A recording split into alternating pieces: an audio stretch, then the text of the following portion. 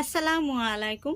তো বন্ধুরা, ময়দা ছাড়া যে আটা দিয়ে এত সুন্দর কেক তৈরি করা যায় আপনারা না দেখলে বিশ্বাস করতেই পারবেন না। তো আজকে আমি ময়দা ছাড়া আটা দিয়ে খুবই সহজভাবে নরম তুলতুলে স্পঞ্জি কেক তৈরি করে দেখাবো। তো আপনারা প্রথম থেকে শেষ পর্যন্ত ফুল রেসিপিটা দেখতে থাকুন। আশা করছি একবার দেখলে যে কেউ বানিয়ে নিতে পারবেন। তো চলুন শুরু করা যাক। দেখুন, কেক তৈরির জন্য এখানে আমি দুটো ডিম নিয়েছি। ডিমটাকে আমি প্রথমে ফাটিয়ে নিচ্ছি।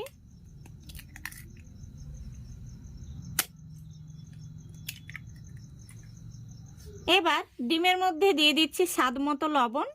তারপরে দেখুন, এখানে আমি 1 কাপ চিনি গুঁড়ো করে নিয়েছি। তো গুঁড়োটা আমি অল্প অল্প করে দেব, আর এই হ্যান্ড উইচ দিয়ে খুব ভালো করে আমি মিক্স করে নেব। দেখুন, আমি এইভাবে খুব সুন্দর করে ফেটে নিয়েছি। এবার এর মধ্যে আমি দিয়ে দিচ্ছি, দেখুন, একই কাপে মেপে 4 ভাগের 1 ভাগ সাদা তেল। তেলটাকেও আমি খুব ভালো করে মিশিয়ে নিচ্ছি। দেখুন, খুব ভালো করে তেলটাকেও মিশিয়ে নিয়েছি।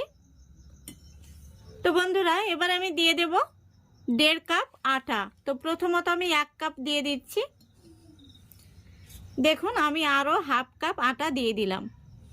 এবার দিয়ে দিচ্ছি চা চামচের 1 চামচ বেকিং পাউডার আর হাফ চামচ বেকিং সোডা। এবার হ্যান্ড উইচ দিয়ে একটা সাইড থেকে আমি খুব ভালো করে মিশিয়ে একটি ব্যাটার তৈরি করে নেব। তো হ্যান্ড উইচটা কিন্তু একটা সোজাতেই ঘোরাতে হবে। দেখুন, এই পর্যায়ে রয়েছে। এবার আমি অল্প অল্প তরল দুধ দিয়ে সুন্দর একটি ব্যাটার তৈরি করে নেব। আর এখানে লক্ষ্য করবেন, আমি কিন্তু একটা কাপে মেপেই কিন্তু সবগুলো উপকরণ দিচ্ছি। তো এখানে আমি দেখুন হাফ কাপ তরল দুধ নিয়েছি। দুধটা অল্প অল্প দেব আর খুব সুন্দরভাবে আমি মিশিয়ে একটি ব্যাটার তৈরি করে নেব। দেখুন, খুব সুন্দরভাবে আমি ব্যাটার তৈরি করে নিয়েছি। আর এখানে হাফ কাপ দুধ পুরোটা লেগে গেছে। এবার এই পর্যায়ে দিয়ে দিচ্ছি 3 থেকে 4 ফোঁটা মতো ভ্যানিলা এসেন্স। এতে করে ডিমের কাঁচা গন্ধটা চলে যাবে। আপনাদের হাতের কাছে যদি ভ্যানিলা এসেন্স না থাকে তাহলে সামান্য পরিমাণে এলাচ গুঁড়ো দিয়ে নেবেন। তো আবারও আমি খুব ভালো করে ভ্যানিলা এসেন্সটা মিশিয়ে নিচ্ছি। দেখুন, মেশানো হয়ে গেছে।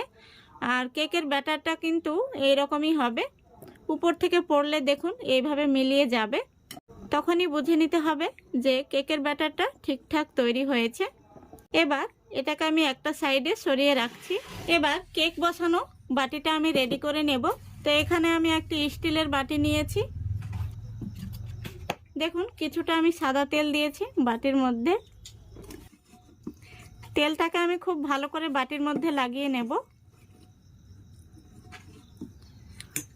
দেখুন, তেলটা বাটির মধ্যে লাগিয়ে নিয়েছি। আর এখানে আমি একটি সাদা কাগজ নিয়েছি। এই কাগজটা আমি গোল করে কেটে নেব। তো দেখুন, কাগজটা কিন্তু গোল করে কেটে নেওয়া খুবই সহজ। এইভাবে ভাঁজ করতে হবে। এই দেখুন, আমি আপনাদের দেখিয়ে দিচ্ছি আমি কিভাবে ভাঁজ করে নিচ্ছি। এই দেখুন, এবার এই বাটির মাঝখানটা ধরে এভাবে মাপ নিয়ে নিতে হবে। দেখুন, এবার এইভাবে কাগজটা কেটে নিলেই কত সুন্দর দেখুন গোল হয়ে গেল। এই দেখুন। তো এবার আমি এই কাগজটা বাটির মাঝখানটায় বসিয়ে দিচ্ছি। তারপরে কাগজের উপরেও এইভাবে তেল ব্রাশ করে নিচ্ছি। দেখুন, বাটিটা কিন্তু একদম রেডি হয়ে গেছে। এবার বাটির মধ্যে আমি কেকের ব্যাটারটা উপর থেকে ঢেলে দেব।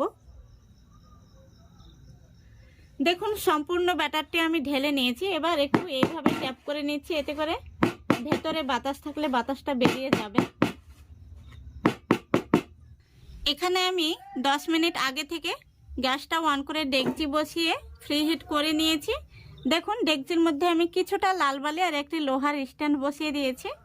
এবার আমি কেকের বাটিটা বসিয়ে দিচ্ছি স্ট্যান্ডের উপর। এবার আমি ঢাকনাটা লাগিয়ে দিচ্ছি আর গ্যাসের ফ্লেমটা একদম লো ফ্লেমে রেখে দিচ্ছি। এবার পুরো 40 মিনিট আমি জাল করে নেব। 40 মিনিট পর ফিরে আসছি।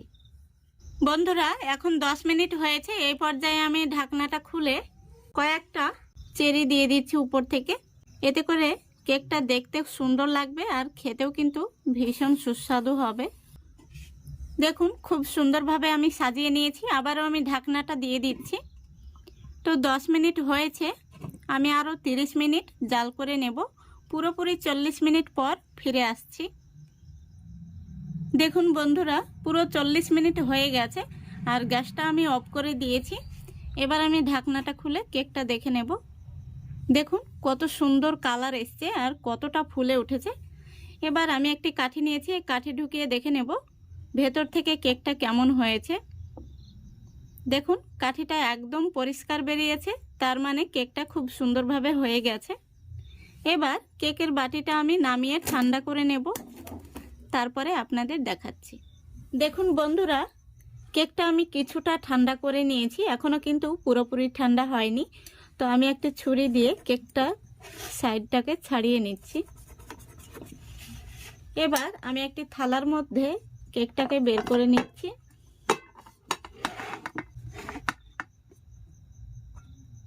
দেখুন কত সহজে কেকটা বের হয়ে চলে এলো। আমি যে কাগজটা দিয়েছিলাম সেটা বের করে নিচ্ছি। দেখুন কেকটা কতটা গরম রয়েছে, কিন্তু এখনো ধোয়া উঠছে। তো অনেকটাই রাত্রি হয়ে গেছে আমার এই ভিডিওটি বানাতে গিয়ে, সেজন্য আমি কেকটা বের করে নিলাম। দেখুন দারুণ হয়েছে কিন্তু কেকটা আমি আপনাদের কেটেও দেখিয়ে দিচ্ছি।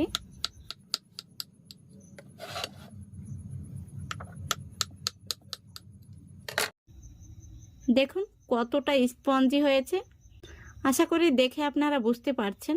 এই দেখুন। তো আজকের এই কেকের রেসিপিটা আপনাদের ভালো লাগলে অবশ্যই লাইক কমেন্ট শেয়ার করে দেবেন এবং চ্যানেলটিকে সাবস্ক্রাইব করে অল নোটিফিকেশানটি অন করে সঙ্গে থাকবেন। আজকের মতো এখানেই বিদায় নিচ্ছি। সবাই ভালো থাকবেন, সুস্থ থাকবেন। খোদা হাফেজ।